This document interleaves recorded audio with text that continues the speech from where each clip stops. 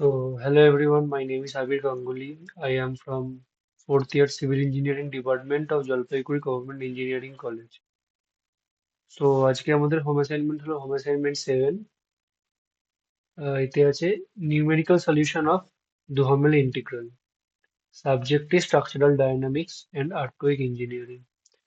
তো এখানে একটা single degree spring mass system দেওয়া আছে। ওকে, তো এটার মাস দেওয়া আছে, স্টিফনেস দেওয়া আছে। স্টিফনেসে একটা জিনিস খেয়াল রাখতে হবে যে নিউটন পার এমএম এ দেওয়া আছে, এটাকে আমাকে নিউটন পার মিটার করতে হবে। তার জন্য আমি এখানে 1000 দিয়ে মাল্টিপ্লাই করেছি। ওকে, তো মাস আছে 100 কেজি, কে আছে। তো এখান থেকে আমি ওমেগা পেয়ে যাবো √k/m।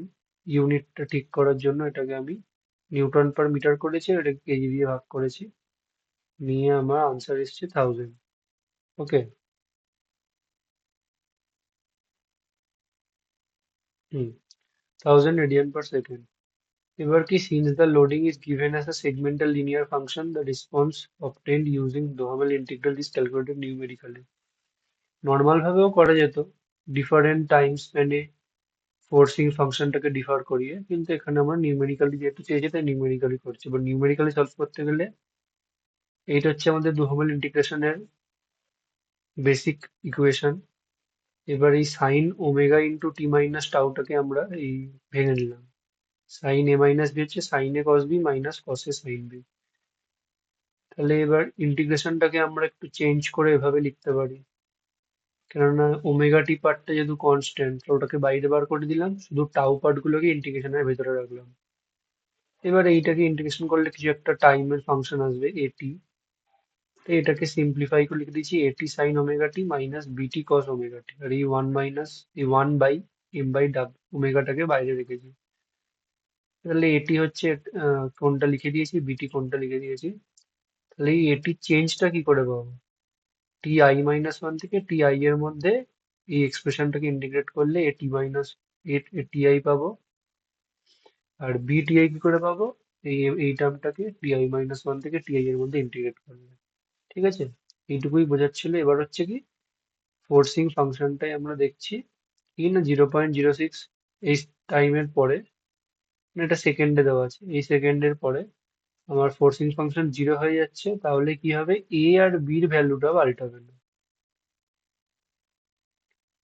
কারণ আমার এই এ আর বির ভ্যালুটাই ডিপেন্ড করছে আমার ফোর্সিং ফাংশনের ওপর। বাকি সমস্ত কিছু তো তোমার ফোর্সিং ফাংশনের ওপর ডিপেন্ড করছে না। তো তাহলে এ আর টিটা কনস্ট্যান্ট হয়ে যাবে। ঠিক আছে, লিখেছি as the excitation terminates at t equals to 0.06 second, the values of a and b remain constant after this time, so we will change the value of t in equation 1। equation 1 কোনটা, এইটা, and calculate the response accordingly। এবার এখানে যে XT লেখা আছে, এটা হচ্ছে টি greater than 0.06 এর জন্য কনস্ট্যান্ট হয়ে গেছে। এখানে পাশে চাইলে ব্র্যাকেটে লিখতে পারো টি গ্রেটার দেন 0.06। তো জিরোর জন্য এফটাও zero, omega T zero, delta এটি জিরো, সবই জিরো।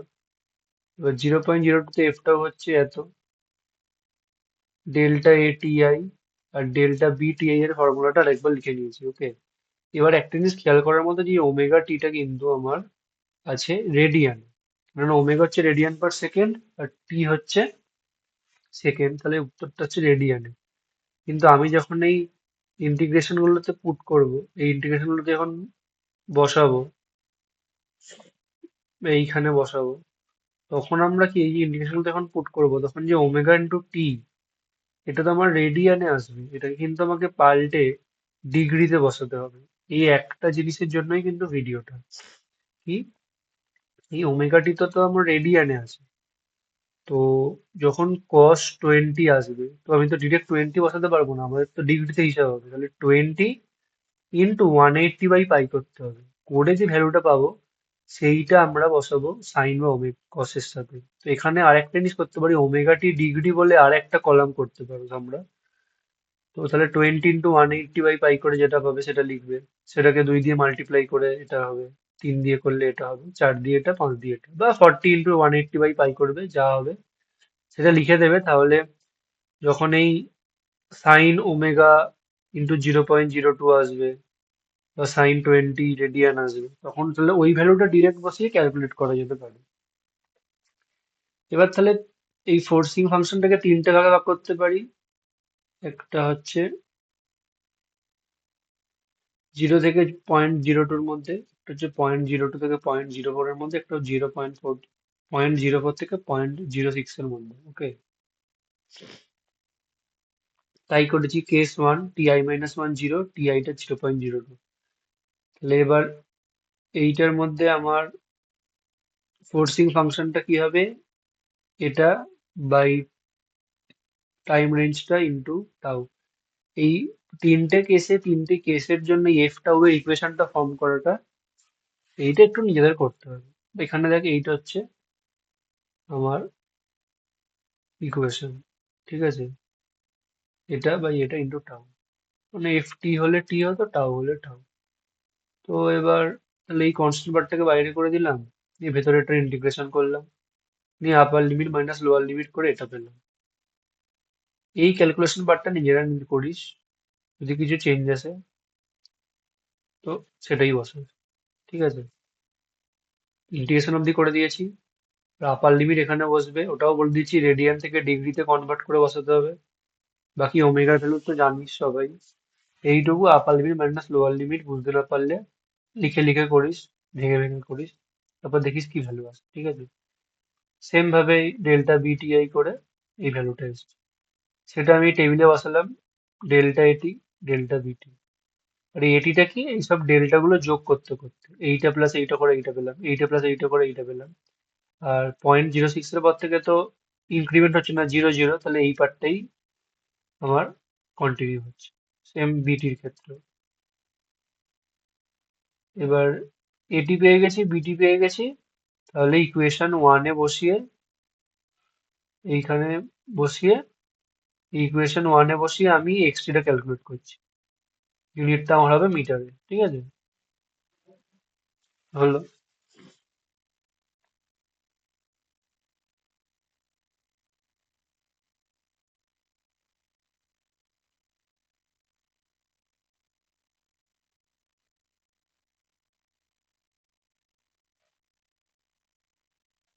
হুম। তো নেক্সট হচ্ছে কেস টু, 0.02 থেকে 0.04। এখানটা সব থেকে ইজি, কেননা এখানে এফটা ওটা কনস্ট্যান্ট। তো কনস্ট্যান্ট বসিয়ে পাতে ইন্টিগ্রেট করে যেটা বেরিয়েছে বেরিয়েছে। এই পার্টটাকে ডেল্টা এটিতে বসিয়েছি, এটার সঙ্গে যোগ করে ফাইনাল এটিটা পেয়েছি।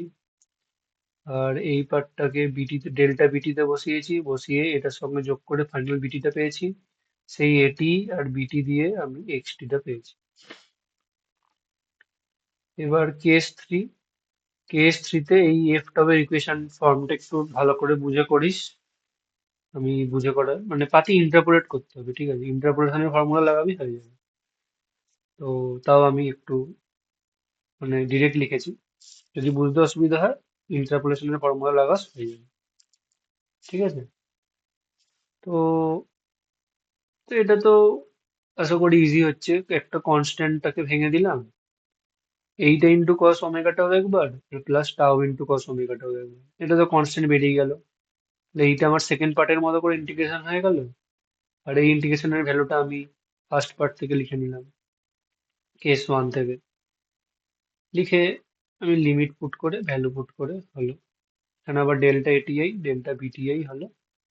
সেটাকে আমি কি করলাম না, এই ডেল্টা এটি ডেল্টা বিটিতে বসিয়ে ফাইনাল এটি বিটি বার করে এক্সটি ক্যালকুলেট করলাম। এবার তারপরে সব 0 0, তাহলে এটি আর বিটি ভ্যালু চেঞ্জ হবে না, তখন আমার এই ইকুয়েশনটা হয়ে যাবে। ফাইনাল এটি হয়ে গেল এটা, ফাইনাল বিটি হয়ে গেল এটা, সাইন ওমেগা ইন্টু টি, টি এর ভ্যালু বসাবো, এটাকে রেডিয়ানে করবো, ঠিক আছে, মাথায় রেখে। এটা আমি ওমেগা টির ফর্মটা দেখানোর জন্যই 31.62 ইন্টু টি লিখেছি।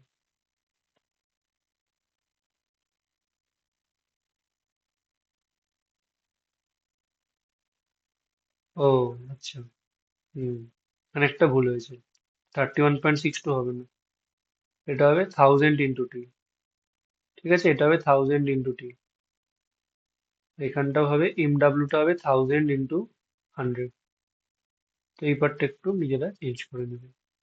এটা 1000 হবে। ওমেগা আমার 1000 ছিল, ওমেগা ইন্টু টি। এটা হয়তো পুরো অঙ্কটাতেই ভুল করেছি। তো এটা একটু নিজেরা ঠিক করে নিস, ঠিক আছে? এটাই ভুল করেছি। তো এটা একটু চিল্লে এই লাস্টের গুলো একটু চেঞ্জ হবে, ঠিক করে নিস। এখানে 1000, এখানে 1000 হবে। তো ব্যাস এটাই, এইটুকুই। তো হোম অ্যাসাইনমেন্ট 7 ইজ কমপ্লিট।